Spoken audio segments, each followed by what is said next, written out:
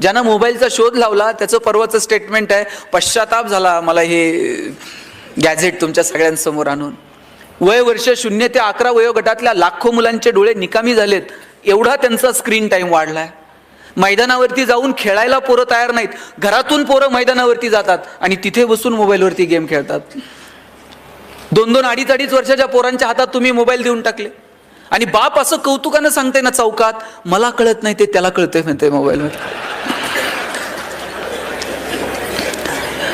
ताई मला सांगा, मूल रडायला लागलं, लहानपण तुमचं मूल लहान असतं, रडायला लागल्यानंतर तुम्ही काय करायचं, त्या मुलाला जवळ घ्यायचं आणि जवळ घेतल्यानंतर ते मूल रडणं थांबवत होतं. ते जवळ घेतल्यानंतर ते का रडणं थांबवायचं माहितीये? आईच्या गर्भात असताना त्या पोरानं पहिल्यांदा काय ऐकलंय? आईच्या हृदयाचे ठोके ऐकलेले आहेत. त्याला ते इतके परिचित आहेत 9 महिने की त्याला जवळ घेतल्याबरोबर आई त्या बाळाला कळतं की अरे माझी आई आहे, आणि ते पोरगं रडणं थांबवत होतं. आता मला सांगा, मूल रडायला लागल्यावर आई काय करते?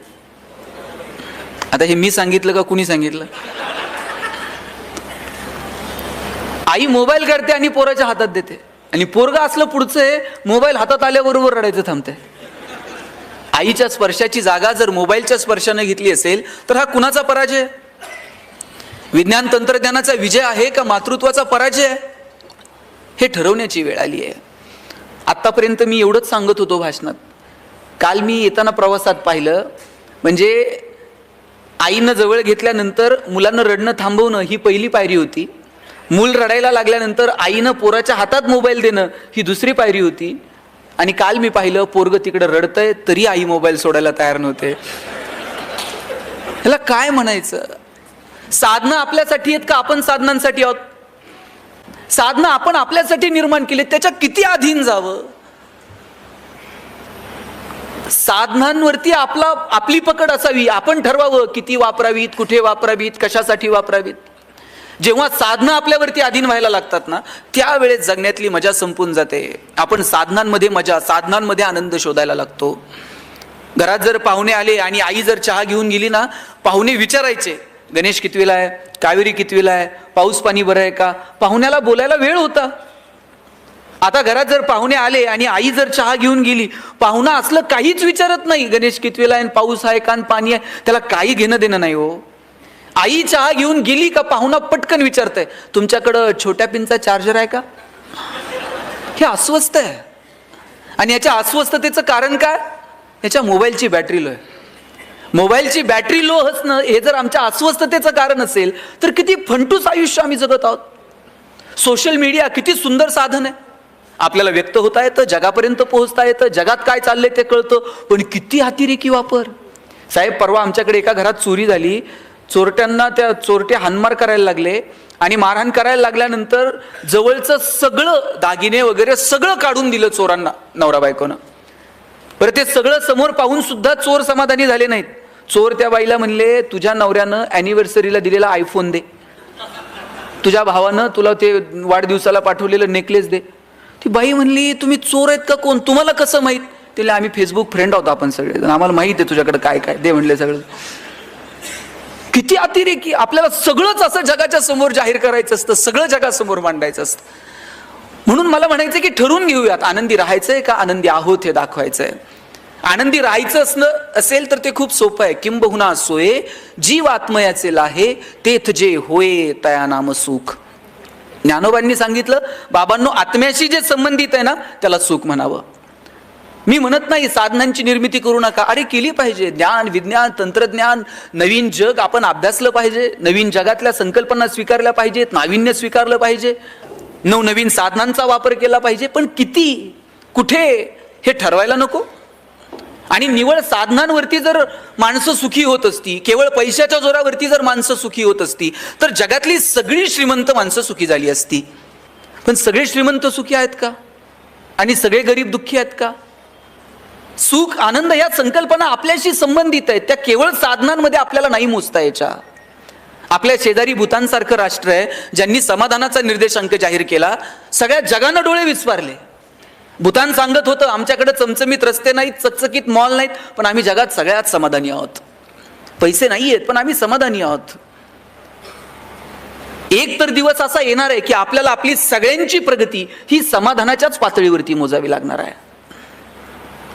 कारण पैशांच्या स्पर्धेमध्ये आपण कधीच पहिले येणार नाही आहोत, आणि आलो तरी तिथं गेल्यानंतर आनंद आहेच की नाही ह्याची शंका आहे. एक श्रीमंत माणूस त्याच्या कोट्यवधी रुपयांच्या बंगल्यामध्ये बसलेला होता.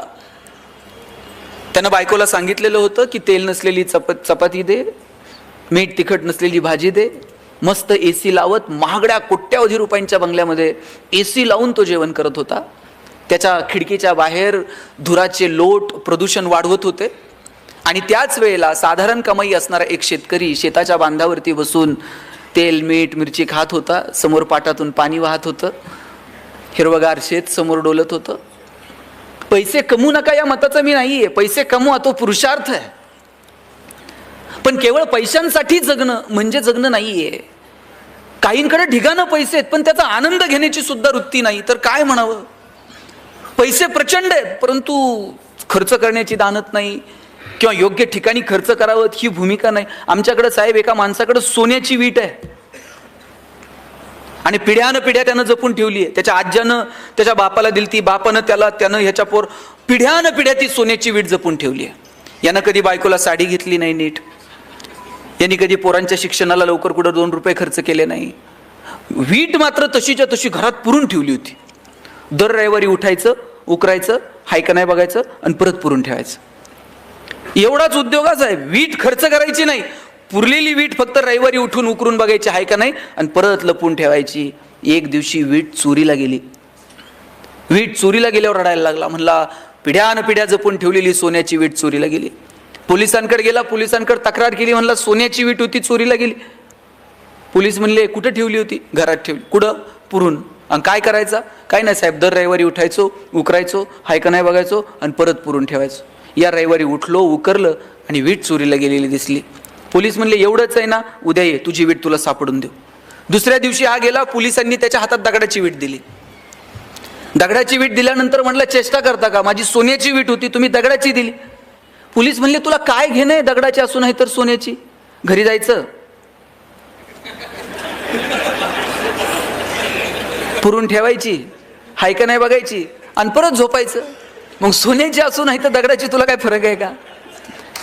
काहींकडे ढिगाण आहे साहेब,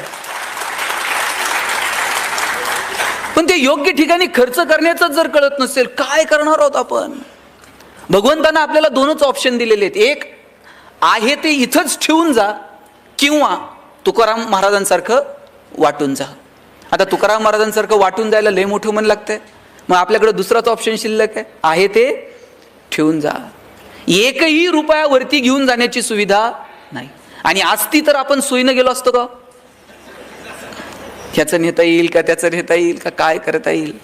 किती सुंदर वागलाय भगवंत आपल्यासोबत. जन्माला आल्यानं मुळात भगवंताचे इथंच आपल्यावरती अनेक उपकार आहेत की त्यांनी आपल्याला माणूस म्हणून जन्माला घातलं. याच्यापेक्षा काय उपकार करावेत देवानं आपल्यावरती? अहो आपण माणसं आहोत, माणसांना व्यक्त होता येतं. मला माझ्या भावना तुमच्या समोर मांडता येतात, माझ्या भावनांना तुम्हाला प्रतिसाद देता येतो, तुम्हाला रडता येतं, तुम्हाला हसता येतं, तुम्हाला एकमेकाच्या मदतीला धावून जाता येतं. भावना व्यक्त करण्याची संधी भगवंतानं फक्त माणसाला दिली. हो आपण किती नशीबवान आहोत. रोज हायवेवरती 2-4 कुत्री मरून पडलेली असतात. त्या कुत्र्याच्या पिलांना तक्रार करता येते पोलिसात जाऊन, आमच्या बापाची चूक नव्हती, याच्याच गाडीचा ब्रेक लाभला नाही साहेब, याची आमची तक्रार घ्या. धाब्यावरती रोज 10-5 कोंबड्या अशा त्या काठीला आडव्या बांधलेल्या असतात, काठी आडवी बांधलेली असते अशी गाडीला, तिला उलट्या कोंबड्या लटकवलेल्या असतात आणि त्या धाब्यावरती वाहून नेतात. त्यांच्या चुचीतनं फेज बाहेर पडत असतो, त्यांना भावना व्यक्त करता येते, आमचा शेवटचा प्रवास आहे जरा नीट न्या. जनावरांना व्यक्त होता येत नाही, माणसंच आहोत आपण की आपल्याला व्यक्त होता येतं. मग आपण व्यक्त का होऊ नये? आपण बोललं पाहिजे, आपण संवाद साधला पाहिजे. आणि व्यक्त होण्यासाठी नेहमीच बोलावं लागतं असं नाही, कधी स्पर्शातून, कधी तुमच्या वागण्यातून सुद्धा आपल्याला व्यक्त होता येतं.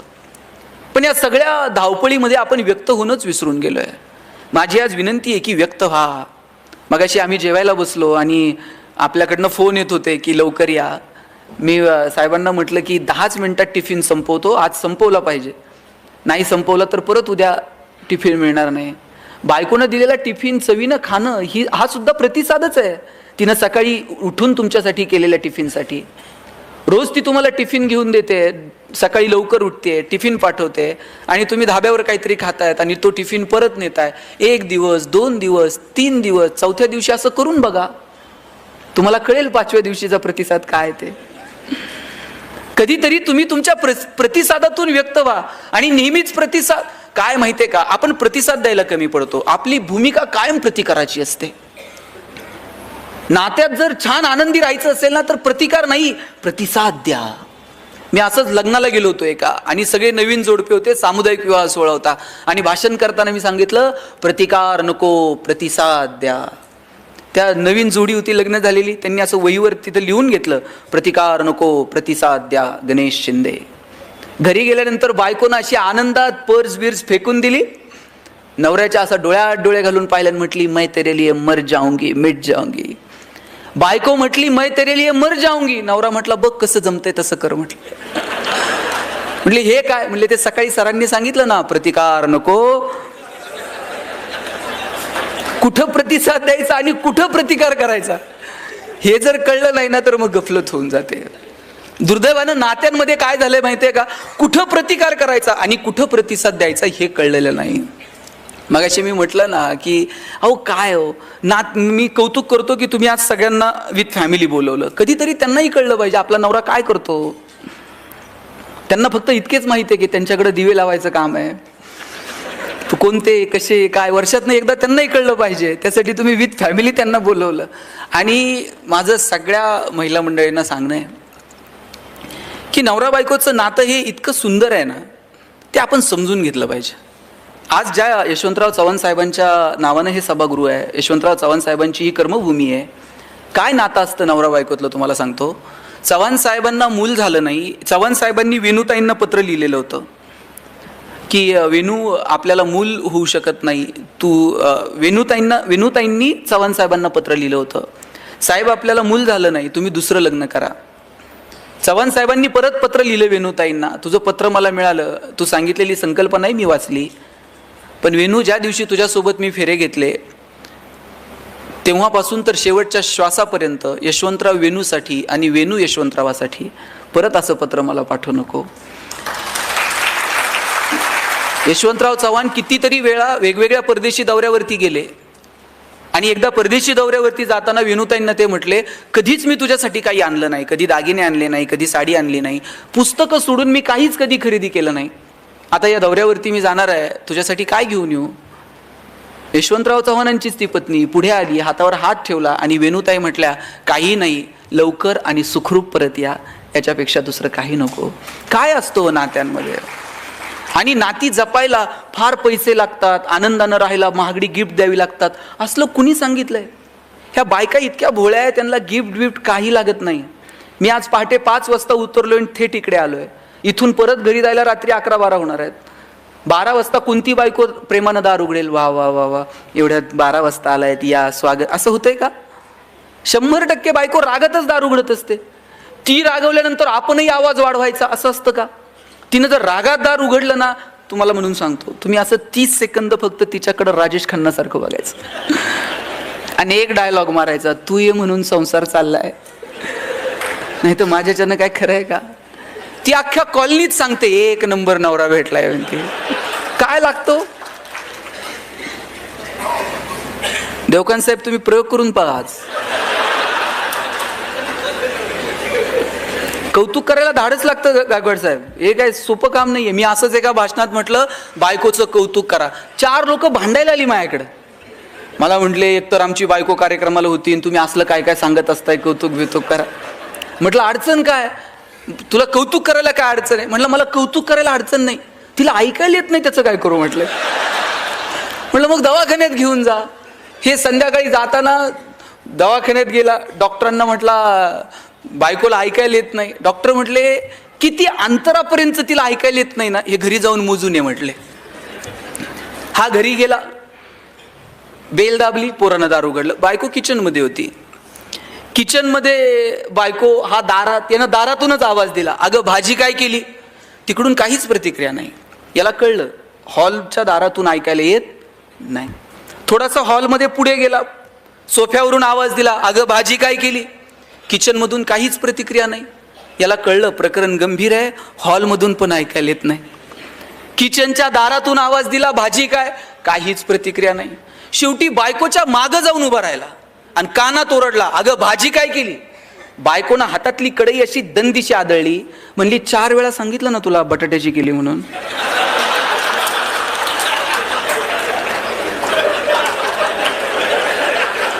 तुम्हाला कळलं का नाही? कुणाला आवडत नाही हो, देवाला सुद्धा कौतुक आवडतं, देवाला सुद्धा त्याचं नाव घेतल्यानंतर छान. आपण तर माणसं आहोत. चांगलं काम करणाऱ्या माणसांचं कौतुक करा. तुमच्या ऑफिसमध्ये तुमचा कर्मचारी चांगलं काम करतोय ना, कधीतरी त्याच्या पाठीवर थाप मारा, अरे वा छान, तू चांगलं काम केलं.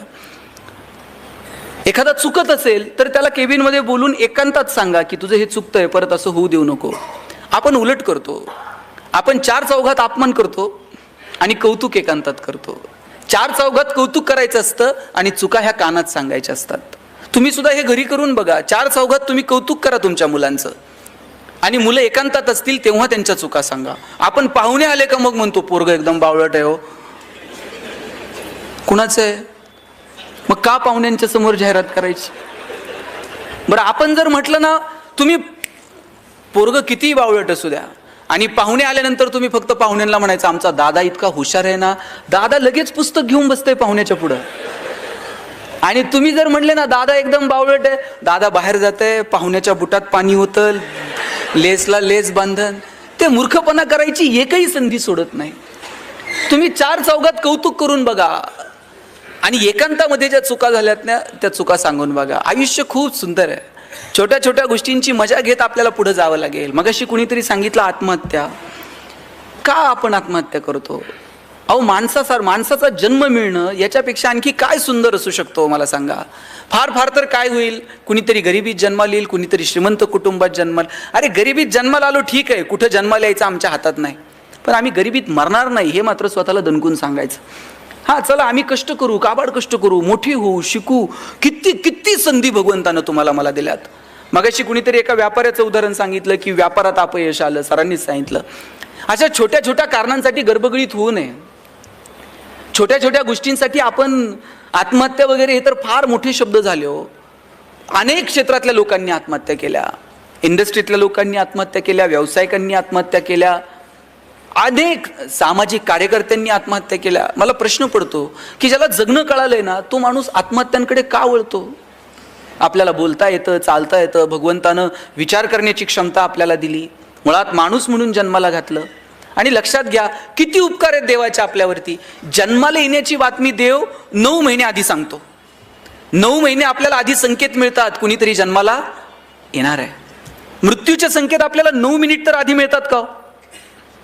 आणि समजा 9 महिने आधी आपल्याला पत्र आलं असतं, हा तुमचं आवरलंय आता उरकून घ्या, पत्र आल्याबरोबर लोक गेली असती साहेब.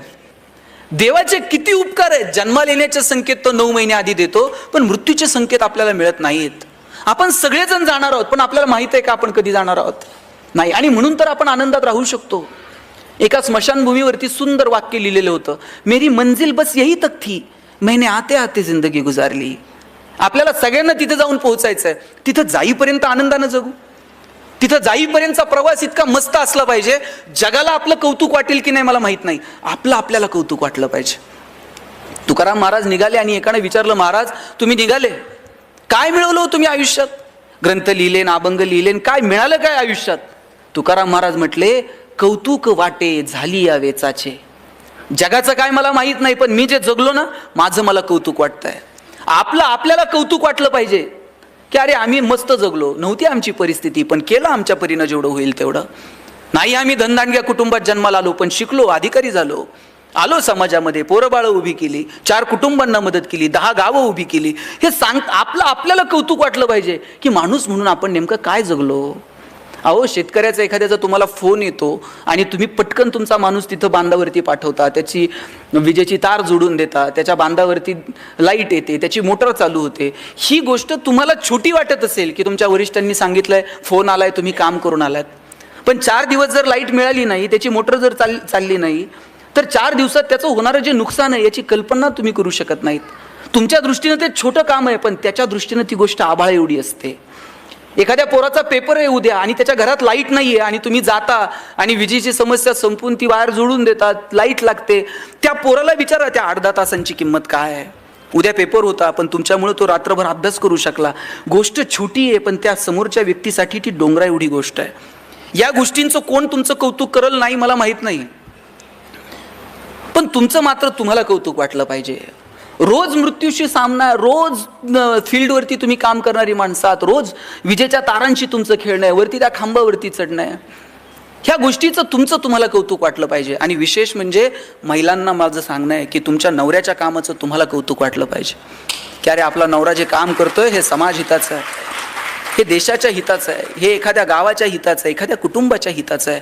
त्याचा अभिमान तुम्हाला वाटला पाहिजे. तुम्ही तुमच्या पोरांना तुमच्या नवऱ्याची गोष्ट सांगितली पाहिजे की राजा तुझ्या बाबांना हे असं असं केलंय, तुझे वडील हे काम करतात, याचा अभिमान बाळग.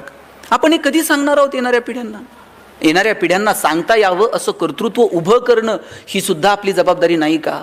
मला वाटतं ती जबाबदारी आपल्याला स्वीकारता आली पाहिजे. त्या जबाबदारीनुसार आपल्याला वागता आलं पाहिजे. छोट्या छोट्या गोष्टी आहेत पण ज्यातून कमालीचा आनंद मिळू शकतो, त्या कमालीचा आनंद देणाऱ्या गोष्टी आपण शोधल्या पाहिजेत. मी सुरुवातीला म्हटलं ना की फक्त साधनांमध्ये आनंद नाहीये. खरंच मला सांगा, खरंच फक्त साधनांमध्ये आनंद आहे का हो? साधनं किती वाढली पण आनंद कुठे हुरपळून गेला? मी मगाशी म्हटलं संवादाची साधनं नव्हती, आता साधनं वाढली आहेत पण आपण बोलतो का? प्रत्येकाच्या हातात मोबाईल आलेत पण आपलं बोलणं सुधारलंय का? रस्ते सिमेंटचे झालेत पण आपलं चालणं सुधारलंय का?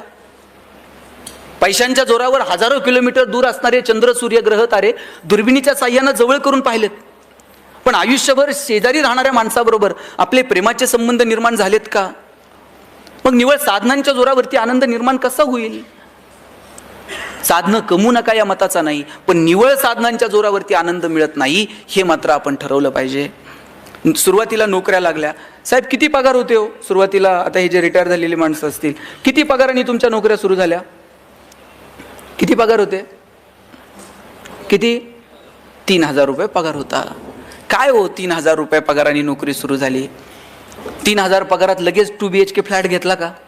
एका खोलीतून संसार सुरू. माझे वडील मुख्याध्यापक म्हणून रिटायर झाले, 15,000 रुपये पगार होता.